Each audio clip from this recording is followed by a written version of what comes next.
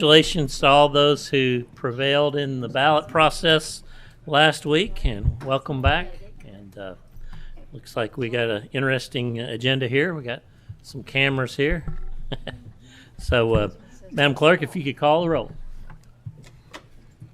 Senator Chambers Armstrong, Senator Elkins, Present.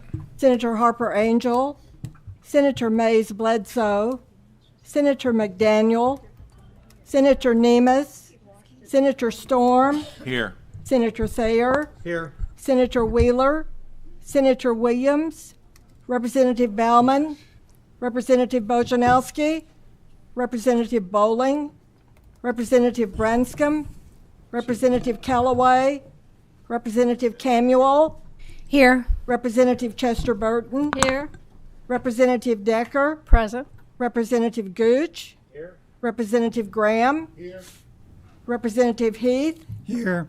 Representative Heverin, Here. Representative Herron, Here. Representative Hodgson, Representative Huff, Here. Representative Imes, Present. Representative Johnson, Representative Cook, Here. Representative Lewis, Here. Representative Lockett, Representative Maddox, Representative Moser, Representative Rawlings, Present.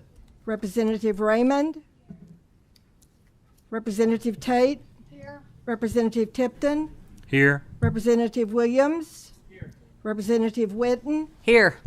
Representative Bratcher, Here. Representative Hale, Here. Senator Mills. I'm here, and Senator Wheeler and Senator Nemes as well. And Senator Mays Bledsoe, yes. Gotcha.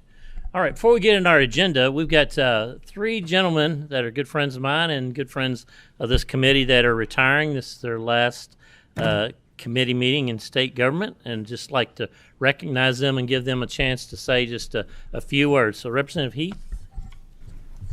Thank you for the heads up. I didn't prepare anything.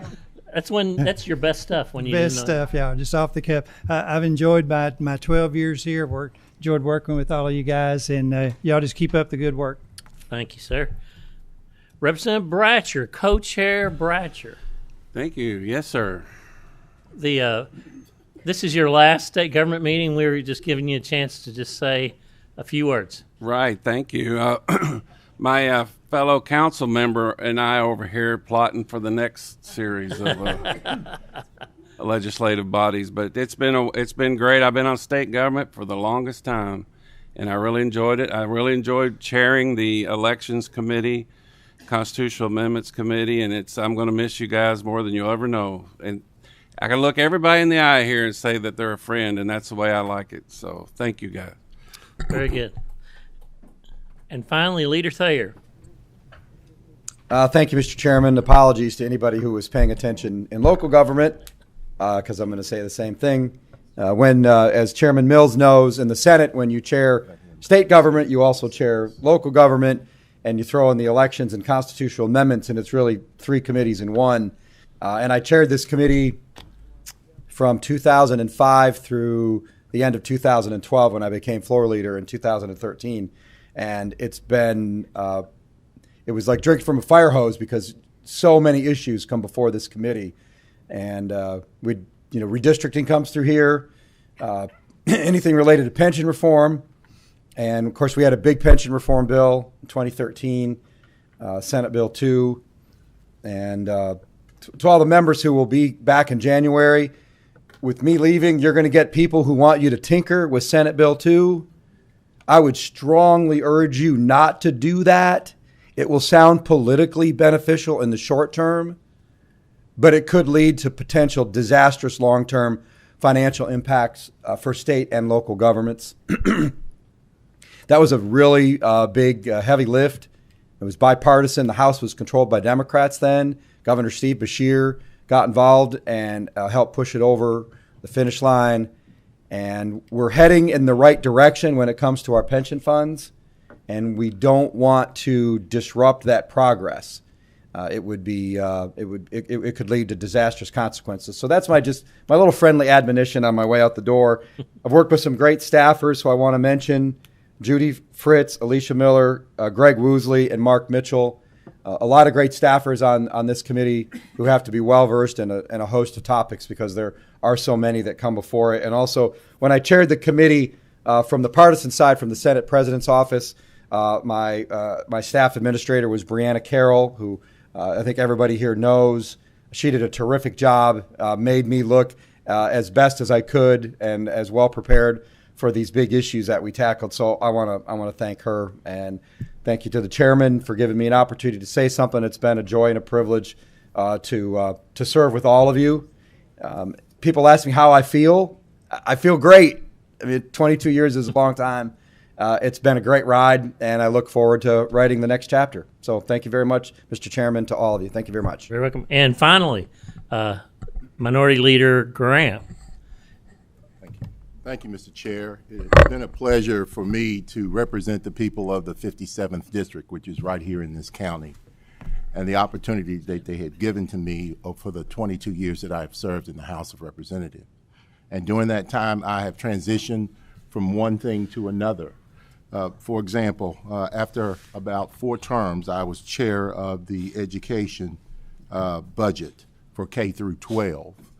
And then I became chair of the Education Committee for 3 years until we were overtaken by the Republican Party.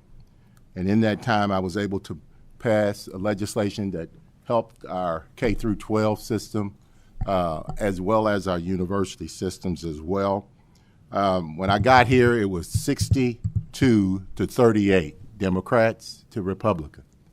And so I leave here having served for 22 years, and I'm proud of that now it has switched over from the 62 to 38 to 80-20. But someday, to the gentleman from Georgetown, the senator from Georgetown, we will rise up and come back. Thank you. God bless you, and God keep you all. Very good. And Representative Gooch had a comment. Yes, I just want to say to Representative Graham that I've been here 30 years, and next year will be the first time that the people from the 57th District have not been represented by someone named Graham. So I think I'm correct in that. Well, thank you so much for all the veterans that are rolling off and all the new folks that are in for another 2 years in the legislature. We've got a couple things on our agenda, and if you remember back earlier in the interim, we had a discussion about immigration, and it seemed like that there was let me our great staff just remind me we need to approve our minutes. So is there a motion to approve our minutes? A motion, a second. All in favor say aye. Aye. Any opposed? Minutes are approved. And now back to immigration. It seemed like we ended that conversation with just a lot of more questions than we had answers. And one of the people that we were trying to get here was a representative from the U.S. Immigration and Customs Enforcement, or ICE. And we're lucky to have Jeremy Bacon here. And if Jeremy wants to come on up, and you're first on our agenda, we have kind of tasked Jeremy with talking about the ICE process and anything that he can familiarize us with on the current process. And obviously, there is going to be a change in administration, probably going to be, since it was one of the biggest subjects in the presidential election, immigration, there will probably be changes, and I'll say hopefully there'll be changes to the immigration policies. But I'd like to have Mr. Bacon just talk us through the current process of how ICE takes care of folks that are detained, and anything else he would like to add. And then we may have a few comments at the end, and if you can limit your comments to something that he can answer, that would be great. So, Mr. Bacon, welcome to the Kentucky Legislature. The floor is yours.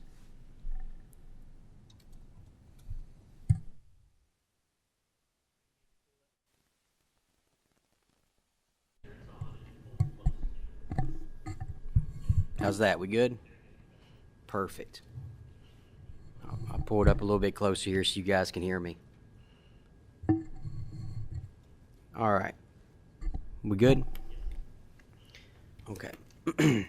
First off, I want to say thank you for the first veterans. I know a lot of you guys probably served and people in this room, so thank you for your service and to our great nation. And secondly, I want to say thank you. I appreciate this invitation and opportunity today before the state government officials to speak on illegal immigration in Kentucky, specifically the enforcement of the immigration laws here in Kentucky. I strongly believe this is an important topic at the federal, state, and local levels, and I'm grateful for the opportunity to come and speak. This hits a little bit more home to me. I don't think probably none of you all know me, but I am born and raised from Kentucky. So the opportunity to appear before state government officials to speak on this important topic definitely resonates with me. I'm born and raised in Eastern Kentucky, graduate of Fleming County High School, graduate from Eastern Kentucky University, and I come here with a little over 16 years of federal law enforcement experience, specifically within immigration. So thank you guys for this opportunity, and I strive to give you, when I leave here, to give you a little bit better understanding of what we do kind of on a national level. But this presentation that I'm going to show briefly will kind of lead into the basics of what we do. I will try to explain more in Kentucky-specific terms and things that I can. And then, obviously, I know there were some questions that were posed to me that I will definitely answer, and then any follow-ups, I will give as much information as I possibly can to give you guys a better light, not just what we do, maybe the challenges that are in front of us here in Kentucky in terms of the enforcement of the immigration laws. Yeah. And Mr. Bacon, before you get started, just typically we give 15, 20 minutes to presenters, so Understood. Just so you know the timing. Yeah, Thank you. Understood. I appreciate that. Yeah, I'm sorry. So yes, my name is Jeremy Bacon. I am the Assistant Field Office Director with ICE ERO, which is ICE Immigration Customs Enforcement, ERO Enforcement and Removal Operations in Kentucky. I oversee all immigration enforcement operations in the Commonwealth of Kentucky and the southern portion of Indiana. With that, we are encompassed within the Chicago Field Office that is 6 states wide: Kentucky, Indiana, Illinois, Kansas, Missouri, and Wisconsin encompass us. So I'll give a very brief presentation, and then we'll get to your specific questions. So obviously, on the basics of background, you know, DHS was created post 9/11 in 2002, and the reason I bring this specific slide up is because all three of these agencies here are present within Kentucky. ICE, obviously, ERO, also within that is Homeland Security Investigations, which handles a lot of the child exploitation and the trafficking. U.S. Customs and Border Protection, which is at your ports of entry. Here we have some presence in Louisville, also at the airport in Covington, CVG. And then the U.S. Citizenship and Immigration Services, they handle the legalization side of immigration and the benefits and the applications. ICE's mission is to protect America from the cross-border crime and illegal immigration that threaten national security, public safety. This mission is executed through the enforcement of more than 400 federal statutes, focuses on smart immigration enforcement, preventing terrorism, and combating the illegal movement of people and goods. Sorry. So that kind of gives you a little broad of where we are. As I said, we encompass here in Chicago that cover the 6 states. What we do, and as brief as I can give a Cliff Notes version of it, is that ICE ERO is the enforcement entity in the interior United States of the immigration laws. How we do that is through four main phases. We identify, arrest, detain, and remove subjects that are amenable to our immigration and nationality laws.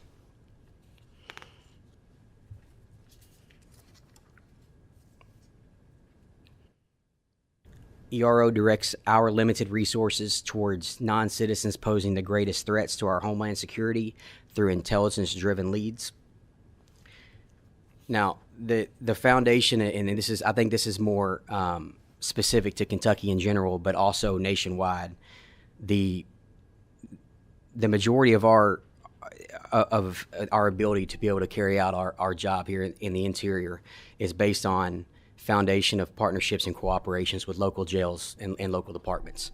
That's who we are. Our goal is to be a valued participating law enforcement partner in all of our communities. We want safer communities just like any other law enforcement officers do.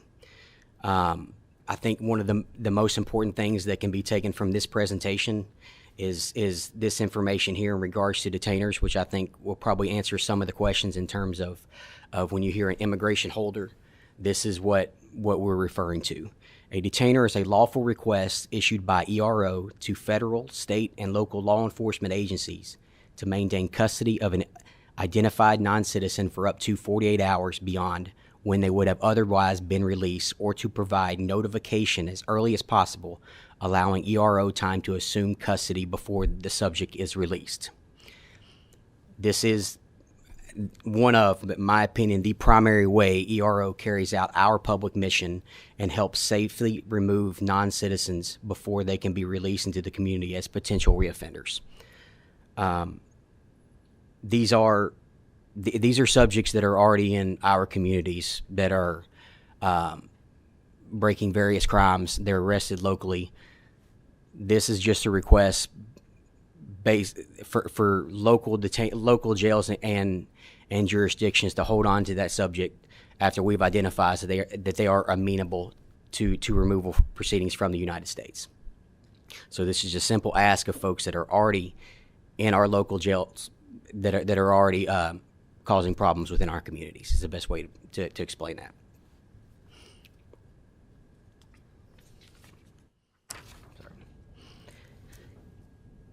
ERO focuses our enforcement efforts on criminals and those who pose a threat to national security, public safety, and border security.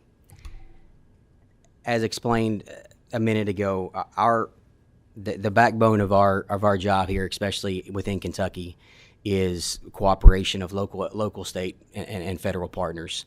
We here in Kentucky specifically, we only have 27 law enforcement officers to enforce the immigration laws throughout the entire Commonwealth and the southern portion of Indiana. So that presents extreme amounts of hurdles logistically and safety-wise. So I think the first question we'll probably get asked is, how do we find out if a subject is in local jails? There are various ways. The main one is essentially old school law enforcement sharing. Our officers are members of our communities.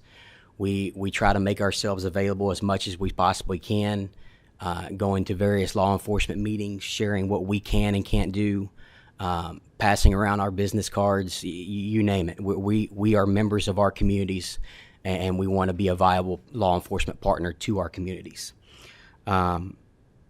Oftentimes, we also do a lot of screening of the local jail populations.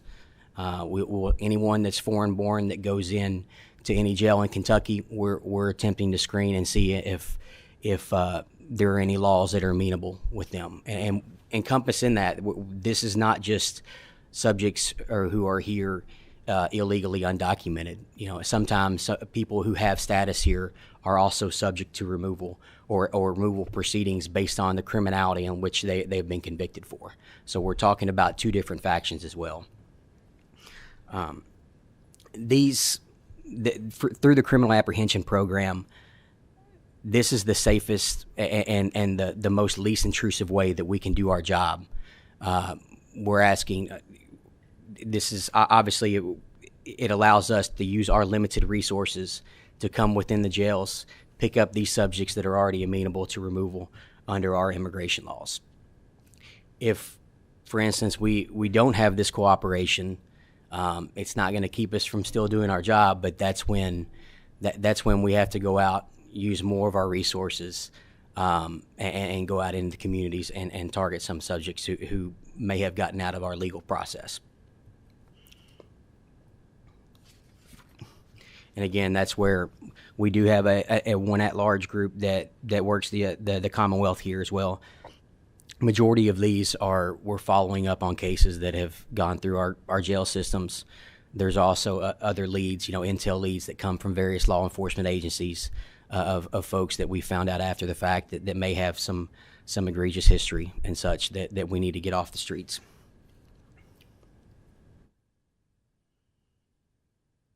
Now, the detention aspect, this is always a hurdle that we have to deal with our limited resources. We oversee the civil immigration detention of one of the most diverse and fluid detained populations in the world.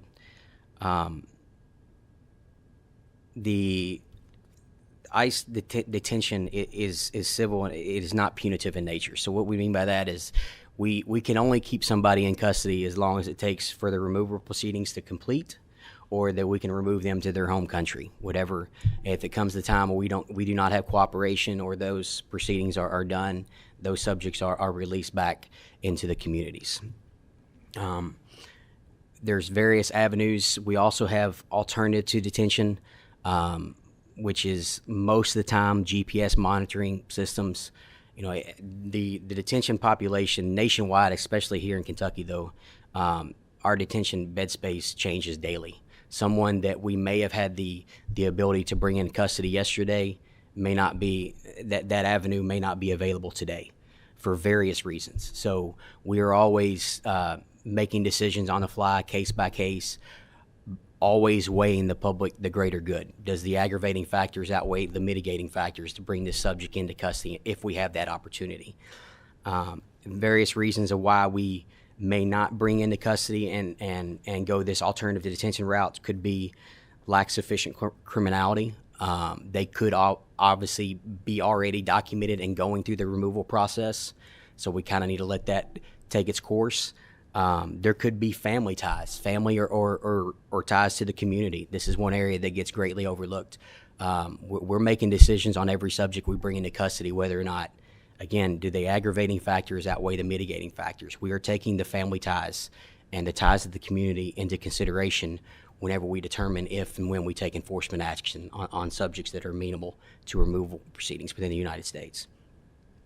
And then sometimes the lack of country cooperations.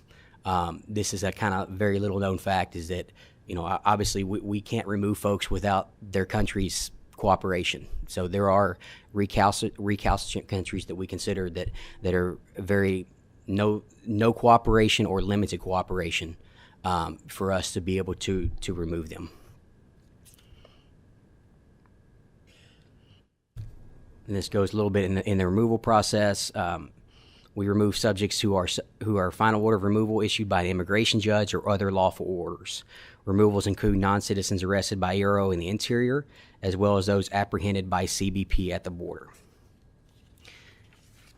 And again, from the removal side of things, those do not particularly take place here in Kentucky.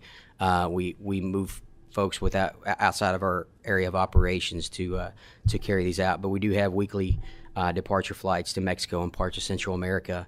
Others may be biweekly or monthly, and then we have to work directly with the Department of State in those countries all throughout the world in order to carry out the final ending of our mission. And then here is a little bit more Kentucky specific, some of our local contacts, myself included, and other supervisors, and some of our congressional relations. So then I'll go into the questions that were specifically posed to me. The first one was, when is ICE typically notified that an individual has been detained? This varies. There's really no one size fits all in any of these answers, but most of the time, the majority is because of our law enforcement partnerships within the state. We will either be notified by the arresting agency or the folks that are within the booking offices of those jails where they're taken into. If we are not notified, if we do not have that, I guess cooperation is the wrong way. If that avenue of communication hasn't happened yet, a lot of times whenever they are fingerprinted, if they are someone that has been in previous immigration custody, an automatic flag has been brought up, and we will be notified that way. Or then also the old school, we're scanning forward-facing websites of folks that are foreign born within our jails in Kentucky. Mr. Bracken, can you stop just there? Yeah. I've got a question for you that was part of the questions that we were left with when we talked about this previously. So there is not a national database or any reporting mechanism, say someone is not an American citizen, is arrested, they go to a local jail. There is not a database, there's not a reporting mechanism that the sheriff's office enters in the person's name as someone who's not an American who's being detained. That does not exist. Is that what you're telling me? That y'all have to actually do work to find out who's in jail? Correct. Now, they're part of the screening process may ask, the country of citizenship or where they are from, right? And that portion of it, but there's not a national database that I'm aware of. Don't you think? Wouldn't that make sense for safety sakes that we know who's in our jails, and that would make your work a lot easier, wouldn't it? It would make our work exponentially easier. Okay. Yes, sir. You may proceed. And I think the second portion of this question, I believe I answered the first, is when is ICE required to be notified? The answer is that there is no federal law or federal statute that requires that ICE be notified when foreign-born subjects are placed into jail. This has been an ongoing topic from administration to administration, but there is no federal law that requires notification to ICE if someone is foreign-born booked into their jail. The other question that was posed to me, what process or steps would ICE undertake once they are notified that an undocumented immigrant is detained? This is where I'm going to try to explain the best that I can here, but every situation changes. This is not a one size. This is where our investigative nature comes into play. But first thing we're going to do is we are going to confirm if they are indeed amenable to removal. And that fits a broad range of things. We got to make sure that, again, just because someone is foreign-born here in the United States, there's various avenues they could be here legally living, or they may be going through proceedings, or they may be in the process of going through the asylum process or stuff. But we have to make sure that there is current laws that they're amenable to. And at that point, then we go on to the arrest faction of it. Does the aggravating factors outweigh the mitigating factors, and do we have the ability to bring that subject into custody at that time? Sometimes we do, sometimes we do not. The first thing we think of is the criminal nexus and public safety threat.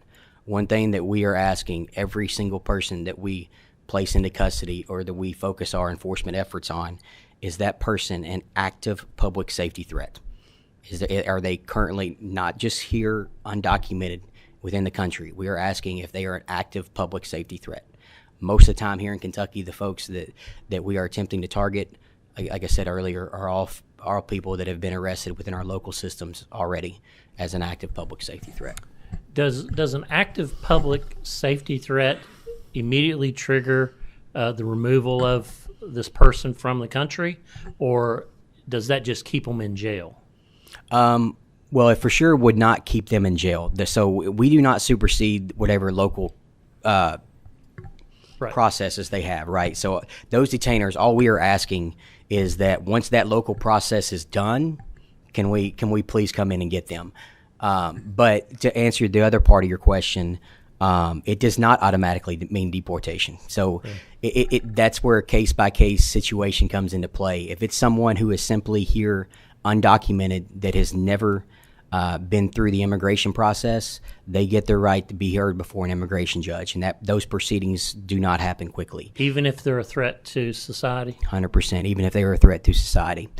Now, there are some crimes that if convicted, they do not have the right to appear before an immigration judge. So it's very possible that a citizen and an illegal immigrant could commit the same crime, and the citizen is kept in jail, but the illegal immigrant is let out of jail because you cannot detain them. Is that correct? That would not be correct, because the decision to detain is going to be a local decision. Yes, correct. So, for instance, a citizen gets arrested for the same level of crime as a non-citizen. Okay. The local jurisdiction decides that the end game for that. Okay. All right. I apologize. Go ahead and finish your. No, it's okay. I think so it goes on, and then obviously the next threat are national security threats, and those are all intel driven. The reality is there are people residing in our communities that seek to do harm to our country from within. So those two are our first our priorities.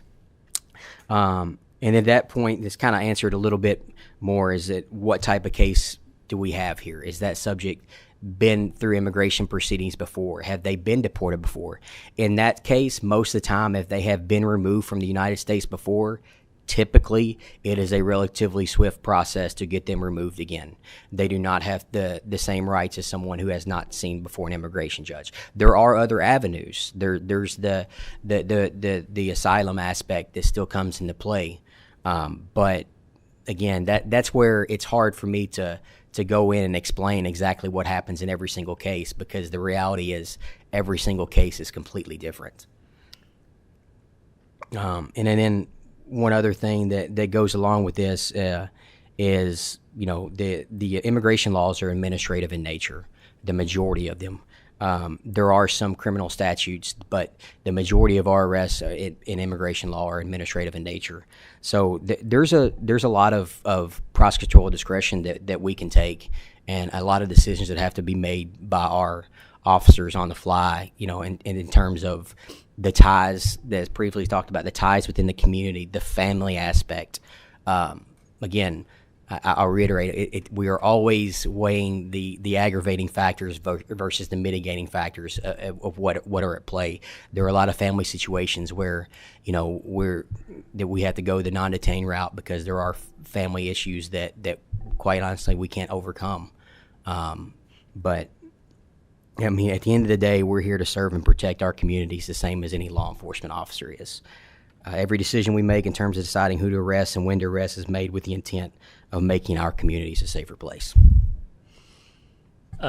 We do have a few questions, and I want to ask a couple more, and then I'll give up the floor to somebody else to ask a couple questions. But in your work, I'm sure you run across and the length of, if an illegal immigrant comes across the border and they are taken in by the Border Patrol, how long is it until they get a trial related to their immigration now? What's the length of that time as you've currently seen on the ground? Typically, they will get, if it's in a detained setting, right? Because we're talking about two different issues. Yeah. Because if it's detained or if they're released, correct. If you can answer both. The detained faction, you're usually getting your first court date within that first week. Really? Ideally, week to 10 days. Now that changes. That's not a hard set. But from what I've seen now on the non-detained side of things, so if the decision is to not place that person into custody and release them in our communities, you're getting outwards to a year or more. Okay. And what's the reasoning to allow someone to stay in our country versus being detained? What's the thought process there? How do they determine that? A little bit of everything. First and foremost, you're looking at the three main threat. You're looking at public safety, national security. So if there's not any major issues there, then you're moving on down the line. And sometimes, like I said, the bed space for immigration specifically is a hurdle that is in some ways insurmountable. Right. And then my final question is, at the very beginning of your report, you said there was 26 officers in Kentucky and southern Indiana that you work with to enforce the immigration laws. Is that a low number that you've seen in your career? Is that a career low number? Did it used to be higher? And what predicates the number of officers that you have? Is it a budget issue, or if you could address that? I would actually say that in terms of numbers, specifically in Kentucky, that's on the higher side. Excuse me. Obviously, budget. We're asking for more people every day that can help enforce our laws, but the budget would 100%. Okay. Senator Wheeler. Thank you, Mr. Chairman. Am I correct? I think I saw you said there were 142,580 removals last year. Is that correct? So I guess I want a disclaimer here that was for fiscal year. These numbers that were posted were for fiscal year 2023. So Okay, 2023. All right. Yeah. So for 2023, 142. How many illegal entries were there during that time through the southern border alone? I wouldn't be able to attest to that, sir. 1 million, 2 million, 3 million. There'd be no way I could even tell you. There's no way you can even guess at it. Not here in Kentucky, sir. That There are absolutely avenues that we could get that number a better guess, but not from the interior side of here. No, sir. Okay. So was that 142,500? Is that nationwide or is that just from Correct. Kentucky? Okay. Yeah, that's nationwide, sir. All right. How many did we deport from Kentucky in that region? I don't have that number, but that's something that I could probably do a little bit more research and report back to the committee once the numbers are final. Care if I ask a couple more, Mr. Chairman?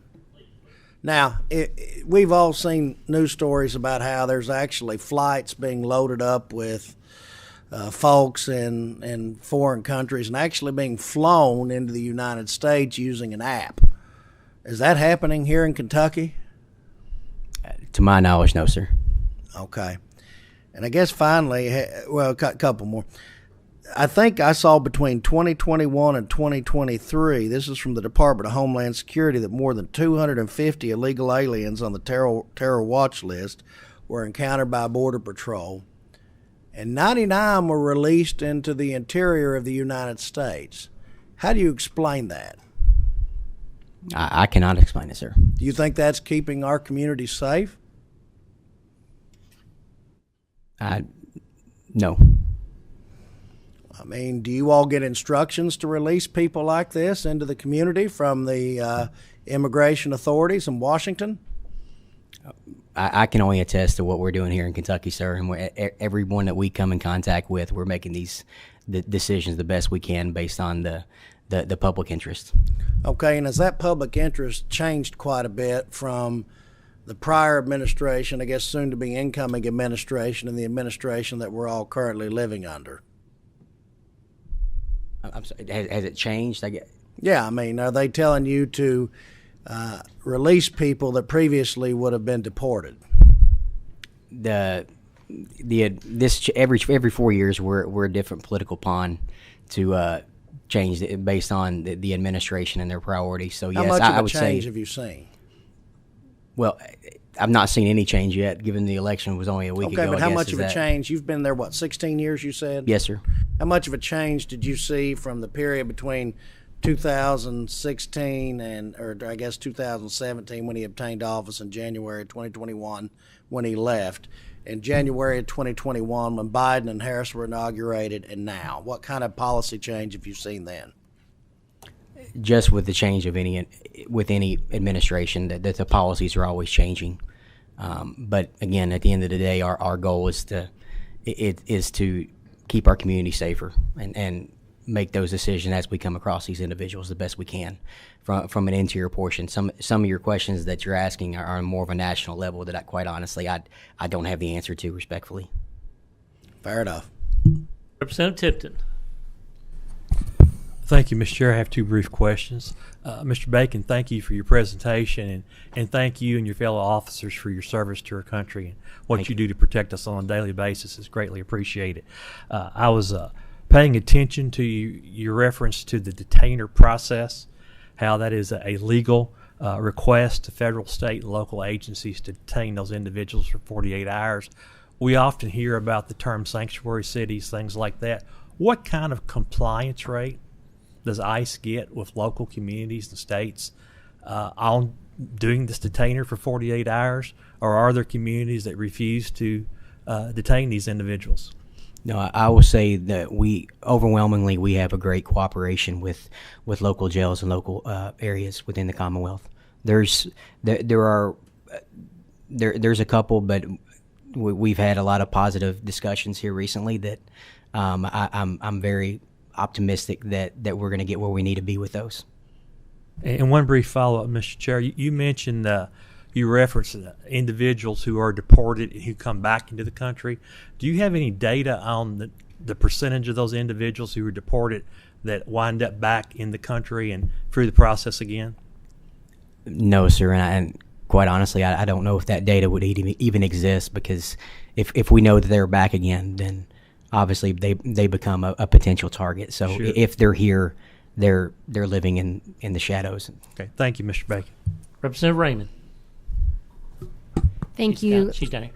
Thank you for being here. It's really helpful to hear from somebody who's doing the work and to dispel some of the myths and some of the rumors. I want to ask you about the effect of this work on children, right? You've spoken to the important work that you do on public safety. What's the effect on children?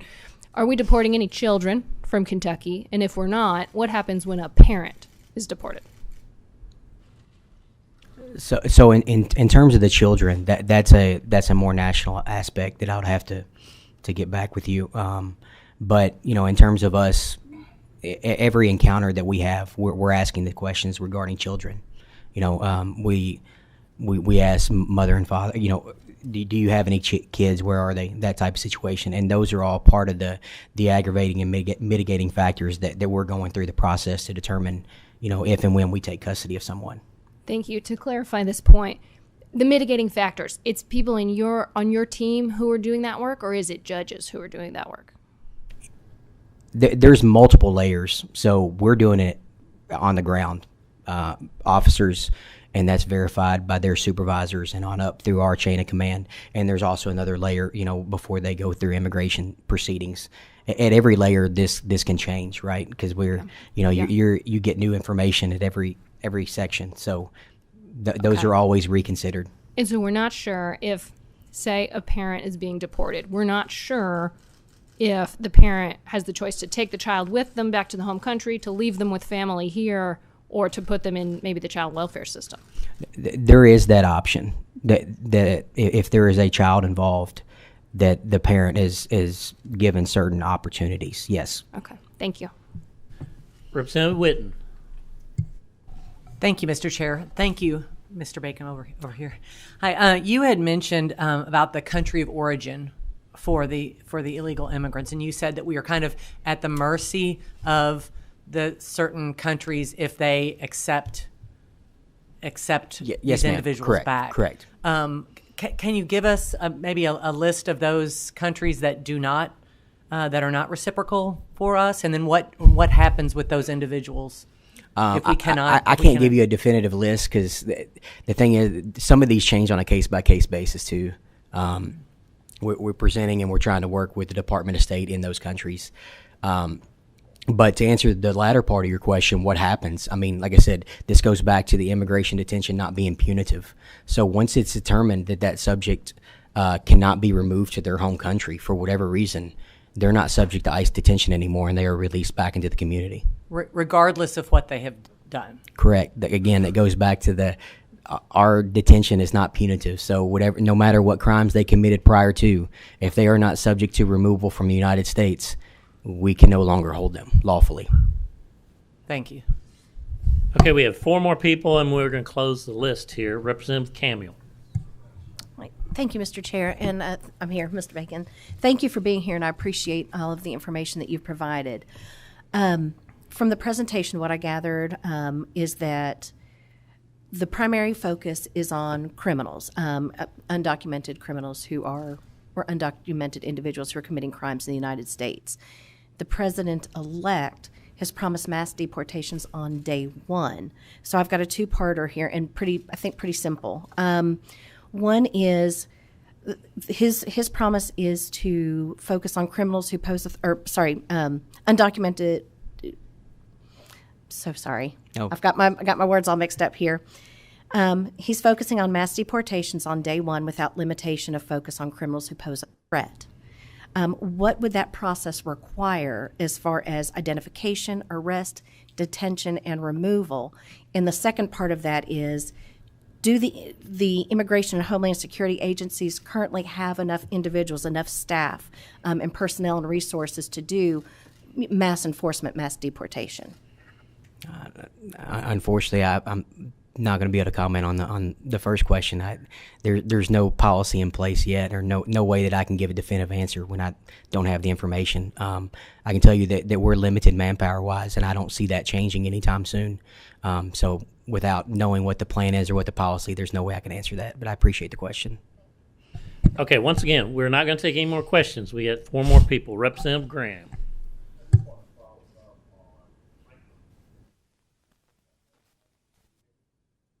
Okay. Can you hear me now? You were talking about those who are detained and sending them back to their country. What happens if their country refuses to accept them back? It would go back to the answer I provide Representative Witten. It's once it's determined that we can no longer that subject is not removable. Again, it would be a release. Immigration detention is not punitive, so we. I'm sorry. Go ahead. I just want to follow up. So you're saying that they would be released? Yes, sir. Back into the population? Yes, sir. Okay. I just wanted to make sure that was what you. Yes, okay, that was correct. Senator Nemes.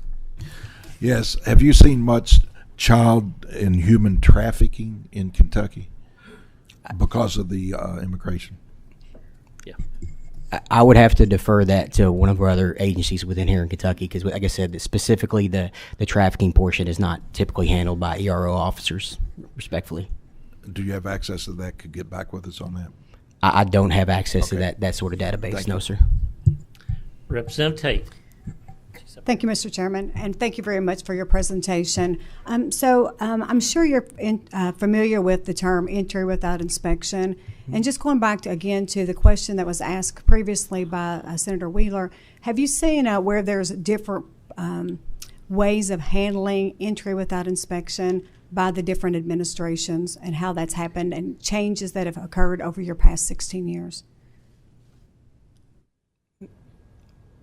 So the term entry without inspection is another unlawfully present, right? So that that has changed. It changes with every administration based on the policies and based on their guidelines. Yes, but I will say that overwhelmingly that we're always trying to take the public safety factor first and foremost. We're gonna try everything we can to address and target those that are causing problems within our communities first. Thank you. May I ask a follow-up, please? Sure. So then with the entry without inspection, so have you seen some administrations that have been more lenient in regard to that with the people that term applies to, and that they are actually given more grace or more ability to stay in our country and less efforts are made to deport them? I don't think I'm following your question. I apologize. Okay. All right. Thank you. Okay. Our final question is Representative Chester Burke. I'm sorry. It's been answered. Oh, I'm sorry. Oh, yeah. It's been answered. Okay. Well, sir, I thank you so much for being here today. And believe it or not, we took it easy on you. I have no doubt. I appreciate that. Now, there were a lot of blanks in when we last addressed the subject. In the interim, there was a lot of blanks, and you've helped us fill in those blanks.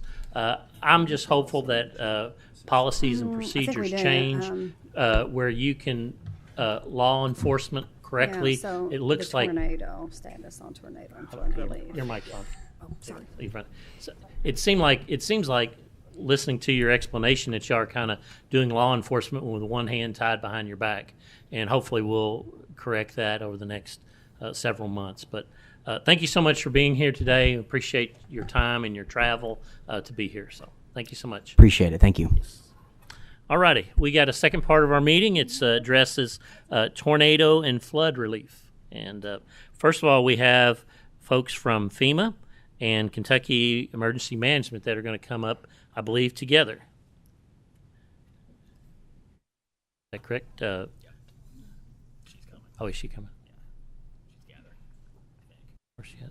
Yeah, there she is. Oh, yes. Yeah. Mary Hernandez, sorry.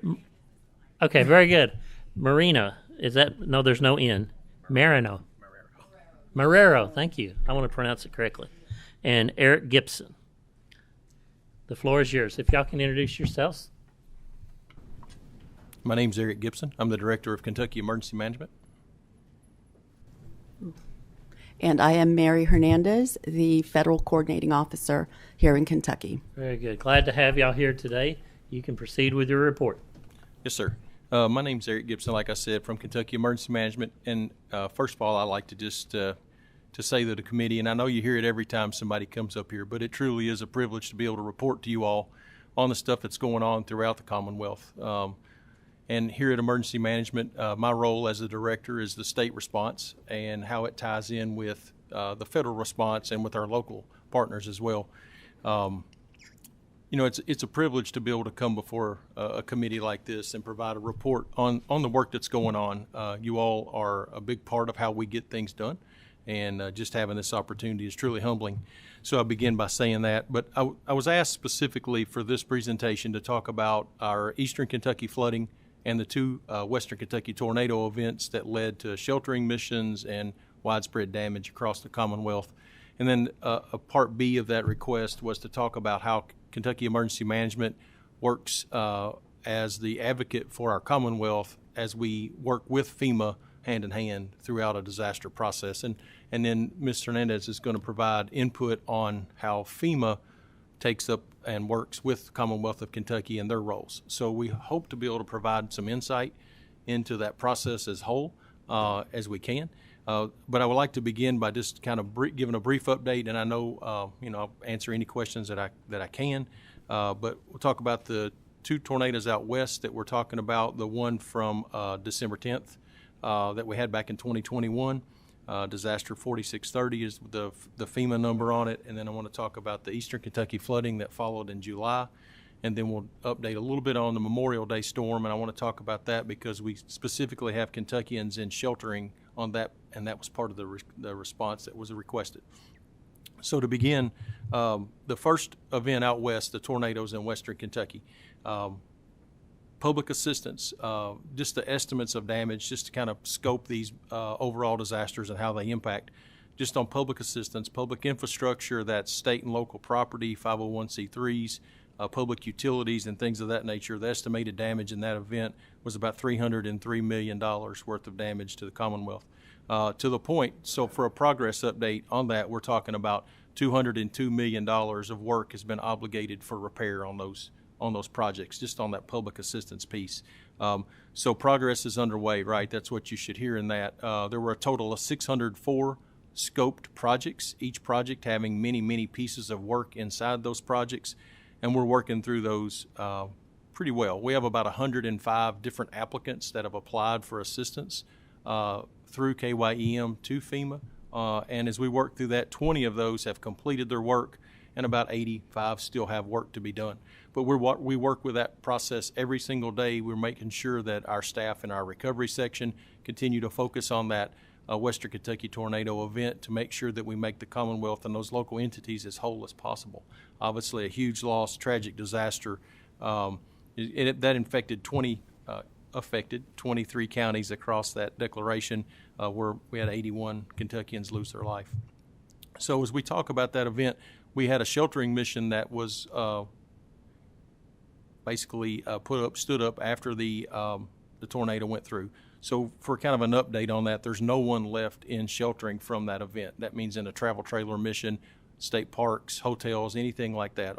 All those Kentuckians have transitioned back to a permanent solution, and that's good news because we moved them through a process from temporary housing, sheltering, to a permanent solution. But at the height of that event, we had 247 different households sheltered in the Commonwealth Sheltering Plan. That's including state parks, that's including the hotels and the use of the travel trailers they're part of the funding that come through this body. But like I said, the work's underway. Many of these projects are still moving. We work very closely with the projects as they work through KYEM and into that FEMA process to make sure that obligation, scope of work, and those processes are completed as timely as possible. Truly, recovery is a slow process because of the building, the scoping, building materials, getting through all the hurdles of a rebuilding process. But as it goes on, there's not really a ton of projects on that one that we see are in necessarily a hung up spot. There are ongoing appeals for applicants or subrecipients as we work through those, but many of these processes are moving through as we would expect them to be going. Just in reference, we still have disasters open all the way back to 2018 that we currently are managing. So it kind of gives you an idea that we understand that recovery from beginning to end and closeout does take quite a bit of time. But that's a high-level, brief overview of that Western Kentucky tornado event. And so I'll move to the Eastern Kentucky tornado event and kind of give you a parallel example of how that one unfolded. There were 20 counties included in that presidential declaration. 45 Kentuckians lost their life in that event. The public assistance, back to that same public-owned property, state, local property that's owned by the Commonwealth, owned by the local and city county governments, public utilities, could be schools, could be some sort of public-owned hospital, 501c3s. That particular flooding event called bridges, roads, I'm sorry, I want to make sure I include those kind of things.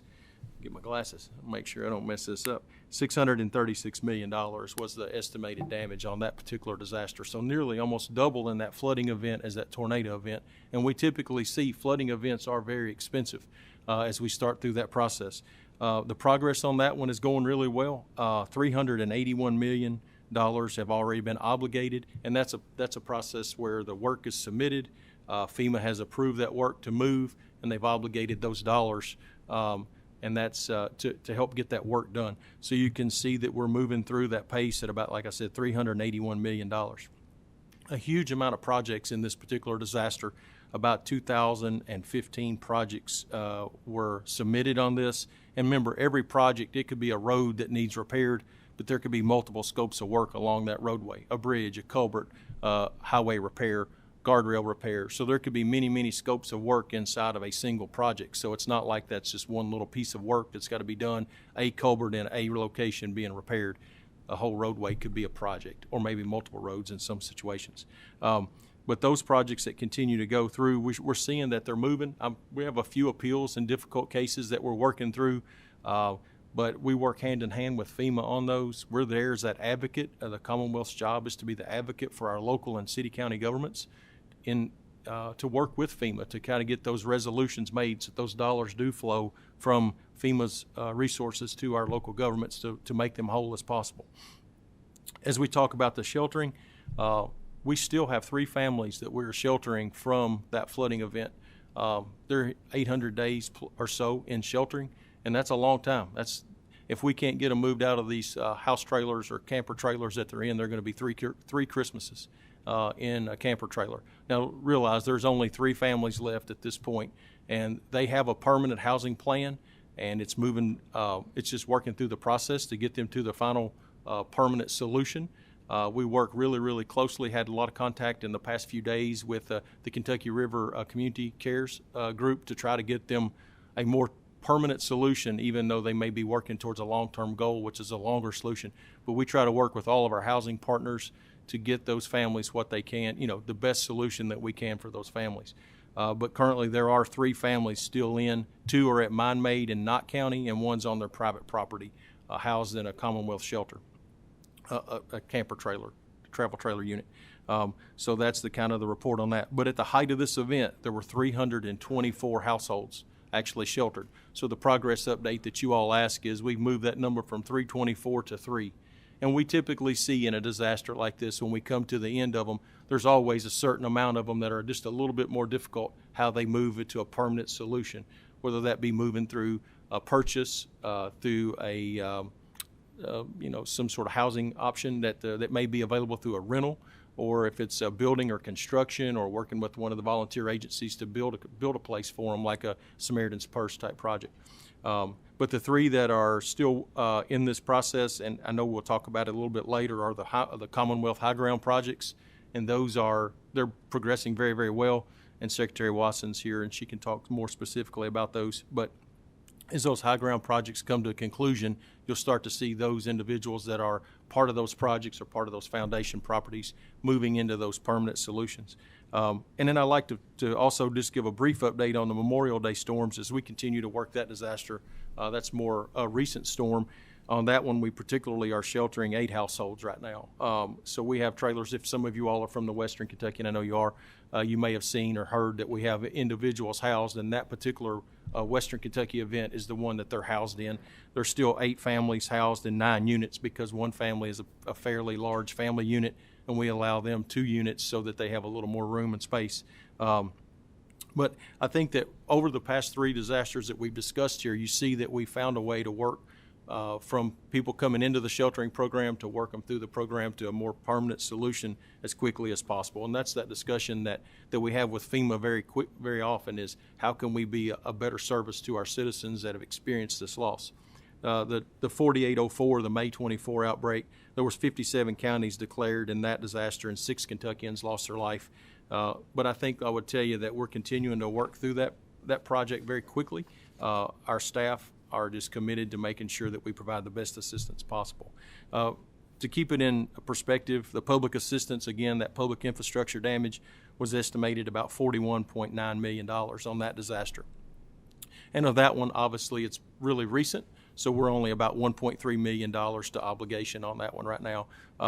But 233 projects in that disaster for scope and size, just to kind of give the group an understanding of how that disaster compared to the previous tornado event and to that Eastern Kentucky tragic flooding that we had. So I know those are the 3 current disasters that are kind of the top of the mind for many of the legislators, and I get calls often about how things are going or what the progress is or individual projects that you all have brought to your attention in your local offices. And those are kind of the highlights of the 3 biggest disasters that we're tackling. But again, we still have a lot of disasters. We have 13 presidentially declared disasters on our desk right now that we work through every day. But part B of the presentation was to kind of integrate a little bit of how FEMA and KYM are partners on this overall operation. And we do have very different jobs. And I think, but yet we work very closely together. So we're very closely connected, but we have different responsibilities to the Commonwealth. And I kind of use a little bit of an illustration that might help. During this last Hurricane Helene event, our job there at KYM, the way I view it is, and the way that we're, the description of our agency is to prepare, respond, recover, and mitigate. And I want to talk just a little bit more about those basic principles that we operate under. And I want to use Hurricane Helene because that was a very tragic disaster that tore through North Carolina, but just little over 100 miles from our border down in the southeastern part of our state. So as that event started coming up, we're in that preparation mode that you would expect from us, right? And you hear me say that, or if you hear me talk about these things at all, I'm always talking about that's what's expected of our agency by the Commonwealth, but it's that preparation piece. And in that particular event, we worked with our local agencies across the state.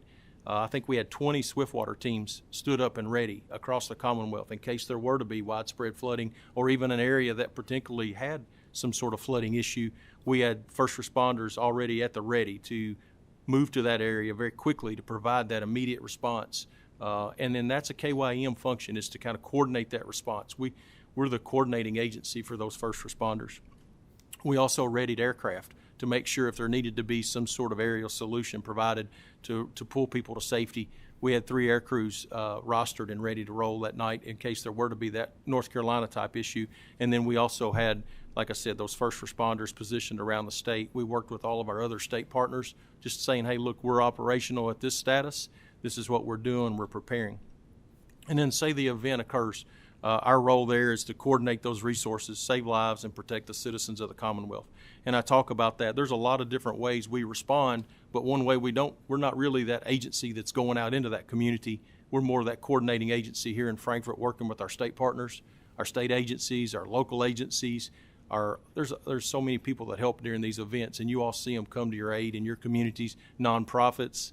There's so many different people that come in, first responders, religious institutions providing assistance. We're trying to coordinate as much of that as possible to keep that chaos so that we're actually providing help to the people that are in need of that help. But that's that response phase. Our emergency operations center is open. It's basically a nerve center for all the operations that are going on around the state, where all of our state agencies have a table, a desk, if you will, to come and work at and coordinate across that line really quickly to solve problems as they start arising across our Commonwealth. We work with the Weather Service during those events. We work with many of our first responders, really. They're a lot of the key to this immediate response. And then the recovery phase, I'm trying to be very brief. I'm sorry I get a little long-winded on it. There's so much to talk about. But the recovery phase begins when the event happens. The damage has occurred. Now, how do we get our communities back to whole as quickly as possible? And that's where immediately upon that event, we're doing damage assessments. If it looks like it's warranted, we call FEMA, and that's where they kind of enter this equation, and that's where we're going to start a transition towards allowing Mary to talk about where FEMA touches a lot of this disaster from there on out. But we do our damage assessments, which is followed up by joint damage assessments with FEMA, kind of validating those information, those estimates that we found. And then as we work through this process, we will make a declaration based on each county that needs or requests and has issues. And then that request moves up to the president's office, and they make a presidential declaration. During that time, KYM is still hands-on. We're still coordinating resources, where it be generators or water or whatever our communities need. So our role is different here. FEMA at this point is working through the declaration process, getting our estimates and things like that done, documenting. And this can be a very short window, or sometimes it can be elongated, depending on the number of disasters that are kind of sitting on in queue to be evaluated by the staff in D.C.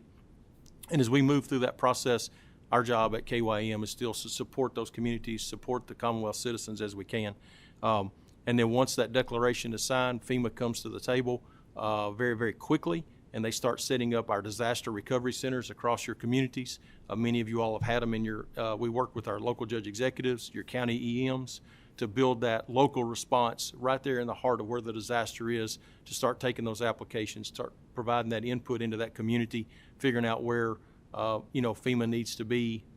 We meet very regularly, day after day after day, to try to build that recovery process in.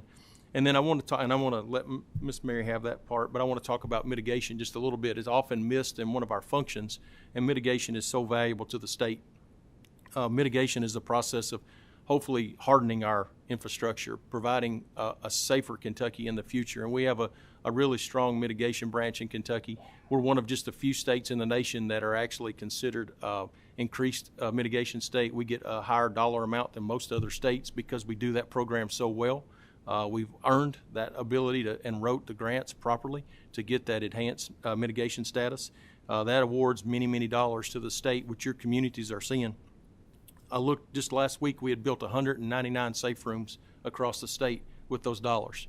That means there's room in shelter, emergency shelter, safe rooms, about 40,000 people can shelter in Kentucky based on the work of this mitigation dollar that's been handed back to Kentucky through the work that's been done. And there's also a different type of mitigation that we would talk about that goes on, that we work very, very close with the disaster and the scope of work that I was talking about in those earlier scopes, where if maybe let's say a wood telephone pole breaks in a disaster and the utility company wishes to replace that with an aluminum pole because it's more durable, well, then that's a mitigation applied process. They can ask for that increased dollar amount over what was gone to what it's going to be, because it makes it stronger and maybe not so easy to break next time. So just a couple examples of how mitigation works. But basically, the work that we talk about here is very hand in hand. We're the advocate for the Commonwealth. That's truly our job, is to be there every day in and day out, making sure that, one, we're working with FEMA to get those resources to our communities, but we're that local place for our communities to call in and reach us to find out how they get the support that they need to help resolve whatever issue that they may have. And this recovery phase I talked about, it goes on for some time. And then this last little piece that I wanted to add, if you don't mind, was how we help North Carolina. And that's another function that we have at Emergency Management. That's a state-led function. It's the Emergency Management Assistance Compact, EMAC, as you may hear. And that's this isn't necessarily part of this, but it's worth talking about, is how we deployed resources from Kentucky to assist our neighbors in North Carolina, because when we were in need here, they come to our aid.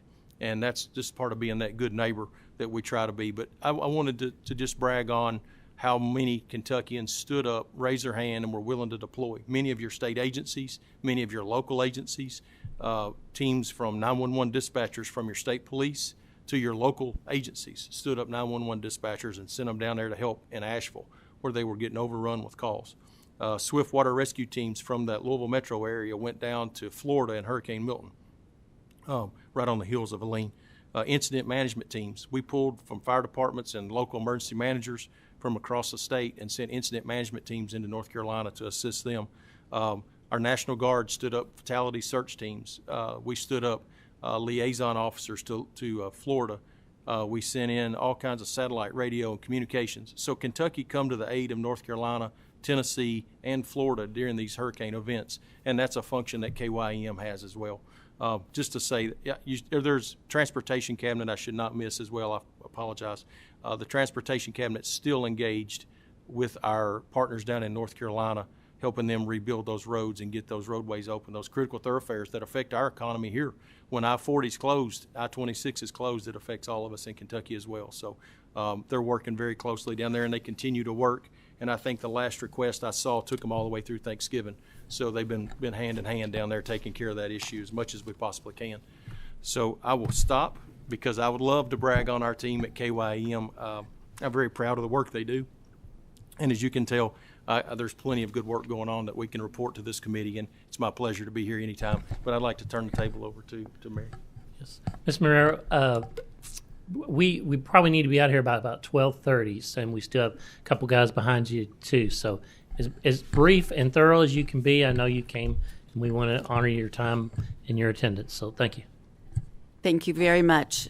Co-chairs Mills, Hale, and Bratcher, and members of the committee. My name, once again, is Mary Hernandez, and I'm the Federal Coordinating Officer supporting the federal response and recovery for the declared disasters in the Commonwealth of Kentucky.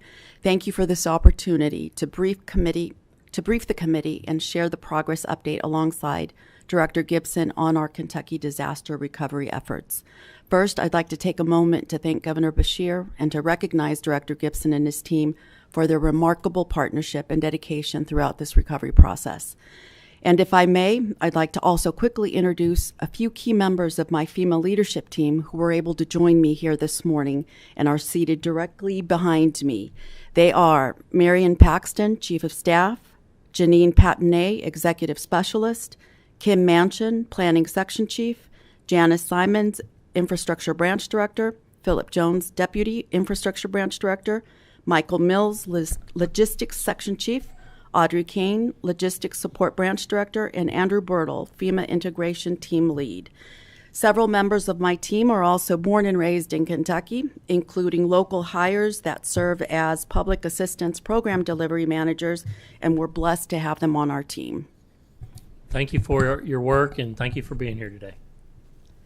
On behalf of our entire Kentucky FEMA team, we extend our heartfelt support to all the individuals, families, communities, and businesses who have been affected by past disasters, and to those who today continue to work towards recovery.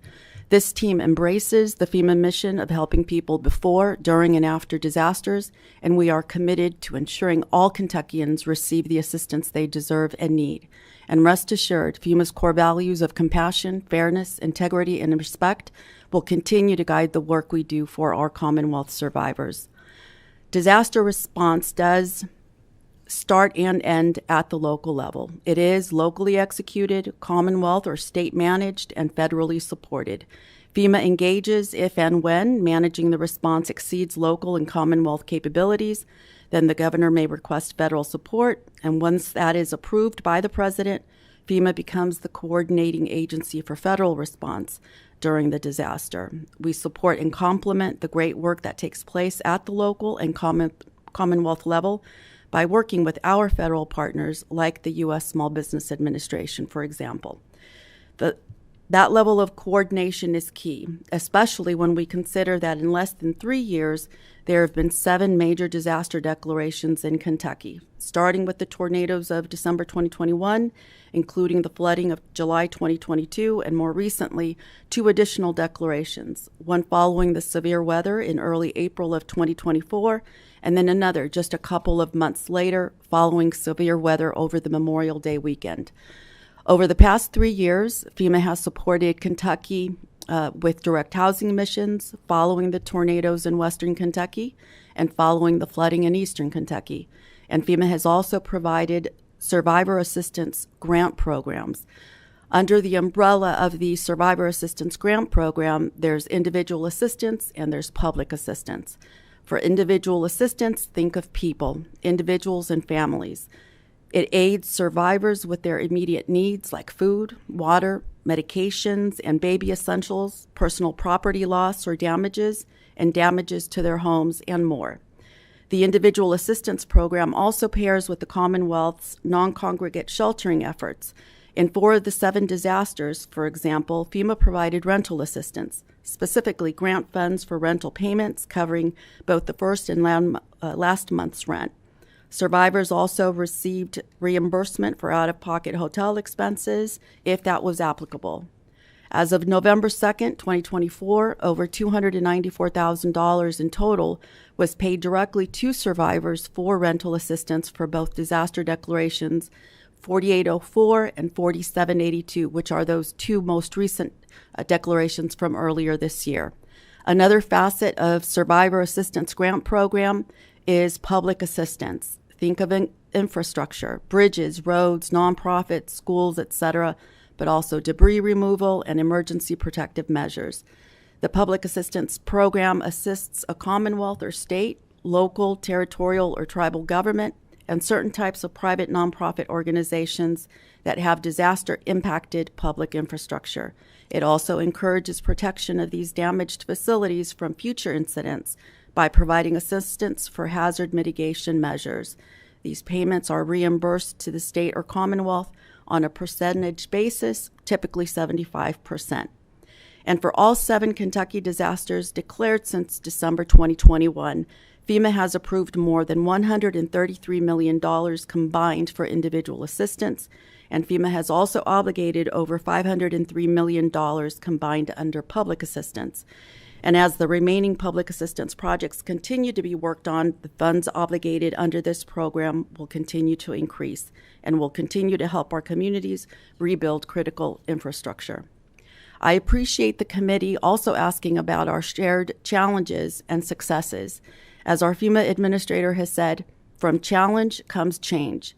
And throughout our joint response and recovery efforts, Director Gibson and I have remained laser focused on quickly identifying challenges, contacting survivors, and changing outreach strategies to reach them or meet them where they are. Frankly, building trust with the government can be challenging at times. This is why FEMA's partnership with the Commonwealth and local officials is key. To that end, our intergovernmental affairs teams and other liaisons to county judge executives and emergency managers were instrumental in helping bridge gaps between us and survivors. We realized that applying for FEMA assistance can present a challenge when there's limited connectivity, no internet, or power outages. We used various means of communication, including local newspapers, radio interviews, flyers left at doors, trusted community sources like houses of worship, county judge executives, and more. Our goal is to meet survivors where they are, and that includes their physical location sometimes. But because of varying disabilities, lack of transportation, sometimes due to the disaster, and other obstacles that prevent them from making it to the disaster recovery centers, we made it a priority to have members of our team visit these survivors personally. We also deployed mobile disaster recovery centers supported by 2 of FEMA's mobile command operation vehicles, 3 circuits in western Kentucky, 1 circuit in eastern Kentucky, and based on the needs of the area with input from Director Gibson. We held several community gatherings to help survivors upload required documents to complete their applications or guide them through the appeal process if their application had been determined to be ineligible. Sometimes the reasons included simple fixes, such as updating an address or correcting transposed Social Security numbers. However, at other times, after a home inspection was completed, the determination was made that the damage didn't meet the threshold that would require FEMA assistance. So we had voluntary agency liaisons, or VALs, working with KYEM's voluntary agency liaison to conduct outreach and seek out resources, which could also assist survivors on their road to recovery, including financial assistance. A few of the partners that our joint VALs were able to identify as viable resources to support survivors included USDA, HUD, Catholic Charities, Team Rubicon, and Samaritan's Purse, to name a few. Identifying these helpful resources in advance is a best practice because we're better prepared to immediately provide information and referrals when the need arises. Our successes have been driven by our willingness to change. Innovative outreach strategies included setting up temporary mobile recovery centers at county fairs, employing the USPS or the U.S. Postal Service to forward postcards to forwarding addresses of survivors who we had not been able to reach to schedule a home site visit to document damage. My priority is to continually look for ways to improve delivery of service and recovery efforts, so I look forward to using some of these strategies in the future. And looking forward, we look to our FEMA Integration Team, or FIT team, to ensure continuity of the FEMA Commonwealth Partnership. The FIT team is already embedded with the Commonwealth of Kentucky, and their support might help strengthen emergency response capabilities, improve preparedness, manage and coordinate disaster closeouts, and during steady state periods, coordination could focus on strategic planning to identify risks and develop flexible response strategies, or possibly enhanced coordination and improved effectiveness of response efforts through resilience conversations. We all work together in partnership to ensure that we provide continuous support to the Commonwealth throughout the entire response, recovery, and resilience building process. Co-chairs Mills, Hale, and Bratcher, and members of the committee, I'd like to close by reiterating my sincere thanks for inviting me and members of my team to address the committee. We look forward to ongoing engagement and your continued support of our recovery efforts. By keeping an open line of communication, we ensure that all our Commonwealth partners and survivors are aware that FEMA is still here, supporting long-term recovery in Kentucky. Thank you all so very much. Very good. We have one question from Representative Heath, who represents one of the areas that was majorly damaged during the Western Kentucky tornadoes, and we'll limit it to one question because we still have folks behind you. Representative Heath. Thank you, and I'll be brief. I represent Mayfield and Graves County, and according to our county and city leadership, they have been received the FEMA dollars for cleanup and debris removal, so that's been paid. Now that reconstruction has started with City Hall, Fire Station, Police Station, Mayfield Electric and Water, the Graves County Administration, Courthouse, when can they expect the checks for the construction phase that FEMA has committed themselves to? Go ahead. So sir, thank you very much for the question. And so each project would have, its own scope of work as that work's completed. Anything that exceeds this, there's a new threshold that kind of comes in between small project and large project. Anything that falls under that $1 million is very easy to get paid out. The large projects that are the larger ones that are over $1 million are considered through our recovery branch. We'll look at the scope of work that's going on. But if there's a specific project, I don't mind a bit to have my staff call down and work with the team down there in Graves County. That's an easiest thing. Is specifically, I know that the jail has been one that we've talked about often, and we've had several meetings with them trying to work through that process as well. So I'm very keenly aware of how much work is going on. But before a timeline on a paycheck, I'd like to make sure that we're giving the exact answers to you directly, if that's okay with you, sir. Thank you. Yes, sir. Very good. Well, thank you so much for your presentation. Thank you for your work that y'all have done in the Commonwealth over the last 3 or 4 years, and look forward to hearing from you in the future, not from another disaster, but maybe another update in the interim next year. So thank you so much. Next, we have Budget Director Hicks and the Public Protection Cabinet Deputy Secretary Wasson to give a brief update on the Team Kentucky funds and the SAFE funds. And as you can see, we're bumping up against lunchtime. So you guys, if you can give a brief update, that would be awesome. Thank you. Thank you, Mr. Chairman. I'm going to let Deputy Secretary Wasson go ahead and do a quick update on the Team Kentucky funds. Thank you for having me. My name is DJ Wasson. Thank you. My name is DJ Wasson. I am Deputy Secretary of the Public Protection Cabinet, and we administer the Team Western Kentucky Tornado Relief Fund and the Team Eastern Kentucky Flood Relief Fund. So these are the funds of private donations that came in to assist survivors. You'll see on this slide, in Western Kentucky, we collected just shy of $53 million. We still have $37,000 left to disperse.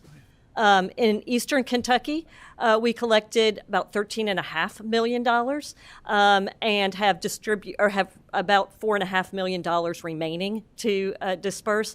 Those remaining funds are earmarked for our nonprofit building program to provide houses or significant repairs to homes for those survivors. We do provide detailed monthly reports and an annual report to the Appropriations and Revenue Committee. So those are available on their webpage. I'll just hit the highlights here. As you can see, we had multiple programs under the Team Western Kentucky Tornado Relief Fund, providing coverage and financial assistance for the funerals of all the victims. We provided direct financial assistance to insured and uninsured homeowners and renters. We provided funding for farmers who utilized the grain elevator in Graves County that became inoperable and was damaged during the tornado. We worked with local long-term recovery groups on unmet needs programs and provided direct financial assistance for those types of needs. Primarily, those were things like uninsured or underinsured home repairs or appliances, furniture to make a home habitable. And then our remaining open program is our nonprofit building program, again, where we're working with our nonprofit partners like Habitat for Humanity, Fuller Center, Homes and Hope for Kentucky, Hope Initiative, those partners to provide new, safe, affordable homes for the survivors. This slide shows the counties where those survivors either lived or had damaged property, so you can see the counties receiving the funding. In the Eastern Kentucky Flood Relief Fund, very similar. We had 3 programs with a little less funding than we had in Western Kentucky. We focused really on the nonprofit building program and providing the direct financial assistance to the survivors to supplement FEMA. And again, there you are seeing the counties. Again, remaining funding is being used for the home building programs. Most of that in Eastern Kentucky is going to our high grounds. Very excited about our high grounds where we have, there are 7 sites. We have residents in Floyd County, moved into the 11 homes in the Floyd County site we call Wayland. We have residents moving in Letcher County. That is the site we worked in joint with FEMA on, kind of a site where we took a temporary housing mission and turned it into a permanent mission. We are also working right now, this month, breaking ground at Skyview in Perry County for the first 5 homes there, and hope to be breaking ground at the Chestnut Ridge within the next few months to start homes there. That is in Knott County. So moving forward a lot, also having some scattered homes. So that is as fast as I can talk in a very brief update on the funds. That was very good. Any questions of Deputy Secretary? All right. Budget Director Hicks, you're on. Thank you, Mr. Chairman. I'll try to be brief. Wanted to update the committee on the West and East Kentucky SAFE funds as they become known. You all had passed legislation in the 22 session and in the special session in 22 for both of those. Big picture, $200 million to the West Kentucky SAFE Fund. I'm going to talk mostly about the top line, the amount that went to emergency management, but you also provided funds to the Department of Ed, to the Economic Development Cabinet. The Housing Corporation is administering the new Rural Housing Trust Fund, and you had a couple of earmarks for UK and for Murray State. One key point is on the emergency management funds, we've awarded all of the funds. We have worked for, I guess it's been over 2.5 years now that we have been administering that program. 32 unique recipients there, counties, cities, nonprofit utilities, and municipal utilities, as well as school districts and special districts. This is a summary of the types of uses of the funds. Strained fiscal liquidity was an advancement of funds. Those cities and counties writing checks to deal with the immediate response. they've got to pay their police and fire and other required expenditures of the operating budgets of those cities and counties. So strained fiscal liquidity comes in to help them keep their regular operations going. Every FEMA public assistance requires a matching requirement, so the SAFE Fund financed the local share of that. And there are several others. You all in the last session did a couple important earmarks for the city of Mayfield and Graves County that Representative Heath just identified. And then there, as Director Gibson talked about, the travel trailer mission, which was Kentucky's first example of moving in that, and the big help from the state of Louisiana as we got started. On the East Kentucky side, another $200 million appropriated. Here are some elements of that. It had a couple of amendments to it in the subsequent legislative sessions, but all of these, that's $133 million roughly on the top of the $200 million. You also gave money to the Department of Ed, to the Transportation Cabinet, and again to the Housing Corporation administering the Rural Housing Trust Fund. We have worked, closely with that. One of the last things you all did in the 24 session was to break out some funding specifically for cities and counties strained fiscal liquidity, that $28.7 million. Happy to say that's all been fully subscribed and awarded. Again, the type of recipients who receive these funds, counties and cities, nonprofit utilities and school districts, and state agencies, Transportation Cabinet being primarily one. The types of uses, heavy use for strained fiscal liquidity out of that $133 million.